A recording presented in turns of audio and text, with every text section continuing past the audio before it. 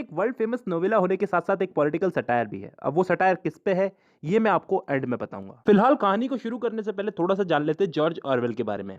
इनका जन्म हुआ था 25 जून 1903 को और 21 जनवरी 1950 को इनकी डेथ हो गई थी। बहुत ही कम उम्र में इनकी डेथ हो गई थी और इनका जो ओरिजिनल नाम था वो था एरिक आर्थर ब्लेयर। ये एक इंग्लिश नॉवेलिस्ट होने के साथ साथ ऐसे भी लिखते थे, जर्नलिस्ट भी थे और क्रिटिक भी थे। ऑरवेल अधिकतर समाज में व्याप्त बुराइयों पर लिखना पसंद करते थे और इनके सबसे ज्यादा फेमस वर्क की बात की जाए तो उसे आज हम पढ़ रहे हैं। एनिमल फार्म इनका सबसे फेमस वर्क है आज तक का। जॉर्ज ऑरवेल ने इसे 17 अगस्त 1945 को पब्लिश करवाया था और पूरी नोवेल के अंदर व्यंजनापूर्ण बातें की गई है। तो दोस्तों ये मैंने बताया जॉर्ज ऑरवेल के बारे में, इतना जानना पर्याप्त है। अब बात करते हैं स्टोरी की। कहानी शुरू होती है एक शाम से। कहानी में मैनर फार्म नाम की एक जगह है। फार्म का मतलब आप जानते हो, जहां जानवरों को पाला जाता है।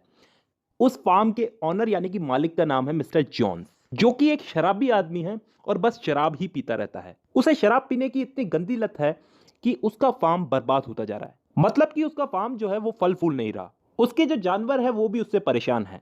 वो हमेशा शराब पी करके आता था और अपने फार्म के जानवरों पर अत्याचार करता था। फार्म के सभी जानवर मिस्टर जॉन्स से बहुत परेशान थे। एक दिन सभी जानवरों ने मीटिंग रखने का फैसला किया। ऐसी मीटिंग पहले कभी नहीं रखी गई थी।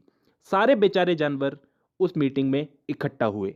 इस मीटिंग की अध्यक्षता एक ओल्ड मेजर पिग, एक बूढ़ा सुअर कर रहा था। सारे जानवर आकर के अपनी अपनी जगहों पर बैठ गए। सबने सीट्स ले ली। जैसा कि मैंने आपको बताया कि मेजर पिग जो था वो बूढ़ा हो चुका था। उसने सारे जानवरों से बोला कि हम जो कुछ भी पैदा करते हैं, जो कुछ भी हम उत्पादन करते हैं, दूध हो, अंडे हो, ऊन हो, कुछ भी हो, वो सब कुछ हमसे छीन लिया जाता है। वो बोलता है कि हम जानवरों से इतनी मेहनत करवाई जाती है और इसके बदले में हमें क्या दिया जाता है। हमें हमारी मेहनत के बदले क्या मिलता है? हमारा मालिक हमें कुछ नहीं देता, तो हमें अब खुद का हक छीनना पड़ेगा।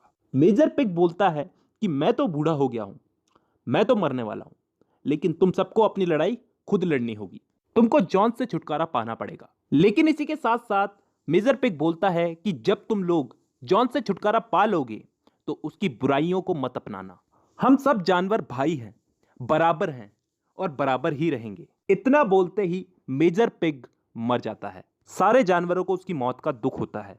लेकिन मेजर पिग जाते जाते एक क्रांति की आग जगा गया उन जानवरों में। अब कहानी आगे बढ़ती है। एक दिन जॉन्स उन जानवरों को खाना देना भूल जाता है। जॉन्स फार्म के सारे जानवरों को खाना देना भूल जाता है, तो सारे जानवर मिलकर के जॉन्स के खिलाफ विद्रोह कर देते हैं। जॉन्स को उस फार्म से भगा देते हैं और जानवर पूरे फार्म पे अपना कब्जा कर लेते हैं। हालांकि जॉन्स वापस आता है उस फार्म पे हमला करने के लिए, लेकिन जानवर इस बार भी उसे हरा देते हैं। अब सारे जानवर मिलकर के एक फैसला लेते हैं कि कोई भी जॉन्स के घर में नहीं रहेगा, सब फार्म के अंदर ही रहेंगे पहले की तरह, क्योंकि जॉन्स का घर हमारे रहने लायक नहीं है। तो इनमें से सब जानवर एग्री हो गए, लेकिन एक पिग था, एक दूसरा सुअर था, उसका नाम था नेपोलियन। वो इस बात से खुश नहीं था। तो नेपोलियन नाम के कैरेक्टर का नाम याद रखना, ये आगे चल के एक विलन बनेगा। तो अब कहानी आगे बढ़ती है। इस कहानी में एक दूसरा सुअर और है, एक दूसरा पिग और है, जिसका नाम है स्नोबेल। तो स्नोबेल नाम के सुअर के नेतृत्व में सभी जानवरों ने मिलकर के फार्म का नाम बदल करके एनिमल फार्म रख दिया और इस फार्म के कुछ नियम बनाए, जिन नियमों को हर किसी को फॉलो करना था। चाहे कोई भी जानवर हो, सब जानवरों पे ये नियम लागू होते थे। जैसे कोई भी जानवर बिस्तर पर नहीं सोएगा, कोई भी जानवर जॉन्स के बिस्तर पर नहीं सोएगा। दूसरा नियम था कि कोई भी जानवर शराब नहीं पिएगा। तीसरा था कि कोई भी जानवर दूसरे जानवर को नहीं मारेगा। चौथा नियम था कि 4 पैर वाले अच्छे और 2 पैर वाले बुरे। 2 पैर वाले मतलब इंसान बुरे और 4 पैर वाले जानवर अच्छे। और आखिरी नियम था सारे जानवर बराबर हैं, ऑल एनिमल्स आर इक्वल। सारे जानवरों ने इन नियमों को माना, इन नियमों को एग्री किया। अब सब जानवर मिलकर के फार्म के लिए काम करने लगे। सारे जानवर मिलकर के कड़ी मेहनत करते थे। एनिमल फार्म अच्छा खासा फल फूल रहा था। हर हफ्ते में एक बार फार्म में मीटिंग रखी जाती थी जानवरों की, और इस मीटिंग की अध्यक्षता स्नोबेल करता था। मतलब कि अधिकतर पिग्स ही इसकी अध्यक्षता करते थे, सुअर ही इसकी अध्यक्षता करते थे। अब उस मीटिंग में बातें की जाती थी कि जॉन्स के समय हमारा फार्म कितना खराब था और आज हमारे फार्म की हालत कितनी अच्छी है। और वो बोलते थे कि हमारा फार्म जो है वो इसलिए फल फूल रहा है क्योंकि हमारे फार्म के अंदर दूसरे फार्म्स की तरह जानवरों को बांध करके नहीं रखा जाता। अच्छी बात है, स्टोरी आगे बढ़ रही है, बहुत अच्छी बात है। अब स्नोबेल ने धीरे धीरे जानवरों को पढ़ाना भी चालू कर दिया। इसी के साथ साथ स्नोबेल एक पवन चक्की बनाने का प्लान बना रहा था। नेपोलियन को इस बात का पता चल गया। अब नेपोलियन हर वक्त स्नोबेल पे नजर रखने लगा। स्नोबेल ने अगली मीटिंग में जानवरों को बोला कि वो एक प्लान तैयार कर रहा है पवन चक्की बनाने का, जिससे वो इलेक्ट्रिसिटी जनरेट कर सकते हैं, मतलब वो बिजली पैदा कर सकते हैं, जिससे बहुत सारे काम किए जा सकते हैं। लेकिन मुझे आप सब जानवरों के सपोर्ट की जरूरत है। तो इतने में नेपोलियन ने स्नोबेल और सारे जानवरों के सामने आकर के बोला, ये प्लान मेरा है और स्नोबेल ने मेरा ये प्लान चुराया है। नेपोलियन ने अपने पास कुछ जंगली कुत्ते पाल रखे थे, जिनको कह करके उसने स्नोबेल को फार्म से भगा दिया। नेपोलियन ने स्नोबेल के पीछे जंगली कुत्ते छोड़ दिए और उसे फार्म से भगा दिया।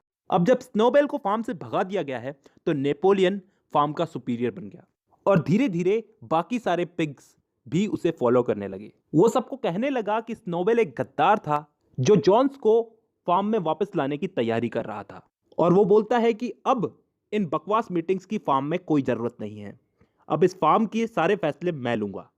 वो पवन चक्की बनाने वाले प्लान को अपना बताने लगा और सारे जानवरों से मेहनत करवाने लगा।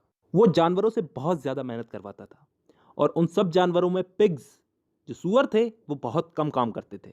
खाना भी बाकी काम करने वाले जानवरों को कम और पिग्स को ज्यादा मिलता था। अब धीरे धीरे काम चल रहा था, तो फाइनली कुछ दिनों के बाद में चक्की बनकर तैयार होने वाली थी, लेकिन जानवरों से मेहनत बहुत करवाई जा रही थी और खाना बहुत कम दिया जा रहा था। सारे जानवरों को बॉक्सर नाम के एक घोड़े से बहुत इंस्पिरेशन मिलती थी, क्योंकि वो घोड़ा उन सब जानवरों में सबसे ज्यादा काम करता था, सबसे ज्यादा मेहनत करता था। एक दिन बॉक्सर और बेंजामिन नाम के गधे ने देखा कि पिग्स जो है वो जॉन के घर के अंदर जा रहे थे और जॉन के बेड पर सो रहे थे, जबकि सारे जानवरों ने मिलकर के यह तय किया था कि कोई भी बेड पर नहीं सोएगा।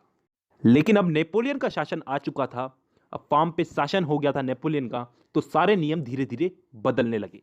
धीरे धीरे बहुत सारे चेंज आने लगे। जैसे नेपोलियन ने अपने फार्म की चीजों का बाहर व्यापार करना शुरू कर दिया। नेपोलियन ने सबसे पहली चीज मुर्गियों के अंडों को बाहर बेच दिया, तो मुर्गियों ने इस बात पर विद्रोह कर दिया, क्योंकि नेपोलियन से पहले वाले कमांडर स्नोबेल ने मुर्गियों से वादा किया था कि उनके अंडों से कोई छेड़छाड़ नहीं की जाएगी, उनके अंडों को सुरक्षित रखा जाएगा, किसी को नहीं बेचा जाएगा। तो मुर्गियों ने इस बात पर विद्रोह कर दिया, तो नेपोलियन ने उन मुर्गियों को सजा दी और कहा कि तुम मुर्गियां स्नोबेल के साथ मिली हुई हो और जॉन्स को वापस लाना चाहती हो। तो नेपोलियन ने उन मुर्गियों को मरवा दिया, जबकि फार्म हाउस का यह नियम था कि कोई भी जानवर दूसरे जानवर को नहीं मारेगा, जिसे बदलकर यह नियम बना दिया गया कि कोई भी जानवर दूसरे जानवर को नहीं मारेगा, लेकिन बिना वजह कोई भी जानवर दूसरे जानवर को नहीं मारेगा। अब नेपोलियन फार्म की चीजों का व्यापार खुले रूप से करने लगा। अब धीरे धीरे कहानी आगे बढ़ती है। एक दिन जॉन्स ने पवन चक्की में बम लगा दिया। पवन चक्की जितनी बनी थी वो तबाह हो गई। सारे जानवरों को इस बात का बुरा लग रहा था, लेकिन अब क्या होना था। चक्की बनाने का काम फिर से शुरू किया गया, लेकिन पिग्स तो काम करते ही नहीं थे। धीरे धीरे जो जानवर काम कर रहे थे उन्होंने भी चक्की बनाने का काम छोड़ दिया, लेकिन बॉक्सर और बेंजामिन नाम का गधा, बॉक्सर नाम का घोड़ा और बेंजामिन नाम का गधा अभी भी उसको बनाने में लगे हुए थे, क्योंकि वो चक्की बनाना उनका सपना था। सालों बीत गए, बॉक्सर का पैर भी टूट गया था, लेकिन फिर भी वो बेचारा काम करता रहा। एक दिन पवन चक्की पर काम करते करते बॉक्सर पर पत्थर गिर गया और वो बुरी तरह से घायल हो गया। अब वो कभी भी काम नहीं कर पाएगा। अगले दिन पवन चक्की बनाने का काम फिर से शुरू हुआ, लेकिन इस बार बॉक्सर के बिना, क्योंकि बॉक्सर तो घायल हो गया था। तो अब घायल बॉक्सर को नेपोलियन ने एक गाड़ी बुलवा करके न जाने कहां भेज दिया। बेंजामिन अब समझ चुका था कि बॉक्सर अब वापस नहीं आएगा। धीरे धीरे फार्म के पिग्स अब शराब भी पीने लगे थे और फार्म का एक और रूल टूट गया था। फार्म में रूल था कि कोई भी जानवर शराब नहीं पिएगा। पिग्स ने वो रूल भी तोड़ दिया। अब बहुत समय बाद पवन चक्की बनकर के तैयार हो गई। पिग्स तो खा खा के मोटे हो रहे थे, लेकिन बाकी जानवर पतले होते जा रहे थे। जानवर धीरे धीरे अब नेपोलियन से बहुत परेशान हो गए थे। वो सभी पिग्स से परेशान हो गए थे। अब उन सब ने मिलकर के फिर से यूनिटी बनाई और नेपोलियन के खिलाफ विद्रोह कर दिया, क्योंकि नेपोलियन जब भी किसी को डराना होता था तो वो अपने जंगली कुत्तों का इस्तेमाल करता था, लेकिन अब जंगली कुत्तों को भी शराब पीने की गंदी आदत लग गई थी। अब सभी जानवरों ने जब उसका विद्रोह किया तो उसने जंगली कुत्तों को बुलाया, लेकिन वो शराब पी के टुन्न पड़े थे। तो फाइनली सारे जानवरों ने मिलकर के नेपोलियन का विद्रोह किया और इसी विद्रोह के साथ ये कहानी का एंड हो गया। अब ये तो हो गई दोस्तों हमारी कहानी। अब मैं बात करता हूं पॉलिटिकल सटायर की। वैसे तो जॉर्ज ऑरवेल ने डायरेक्टली किसी का नाम नहीं लिया, लेकिन इसका सीधा सीधा मतलब निकलता है कि ये नोवेला 1917 के रशियन रिवॉल्यूशन से रिलेटेड है। जब रशियन रिवॉल्यूशन के बाद सोवियत संघ बना था, उसकी भी इस फार्म की तरह हालत थी। और जो इस कहानी में कैरेक्टर नेपोलियन है वो जोसेफ स्टालिन है। आपको मालूम है जोसेफ स्टालिन कितना खतरनाक आदमी था? वो हिटलर से भी ज्यादा खतरनाक था। अगर कोई पॉलिटिकल से रिलेटेड होगा तो वो इस बात को समझ जाएगा, वरना सिर्फ कहानी याद रखो कि कहानी में क्या हुआ है, बस इतना बहुत है। इसके अलावा अगर आप टेक्स्ट बाय टेक्स्ट अगर कहानी पढ़ते हैं तो बहुत ही अच्छी कहानी है, बहुत ही इमोशनल कहानी है, इसलिए तो ये इतनी हिट है। तो दोस्तों आज की वीडियो में तो बस इतना ही बहुत है। आई होप आप लोगों को कहानी समझ में आई होगी, और अगर नहीं आई तो एक बार फिर से वीडियो को देखना,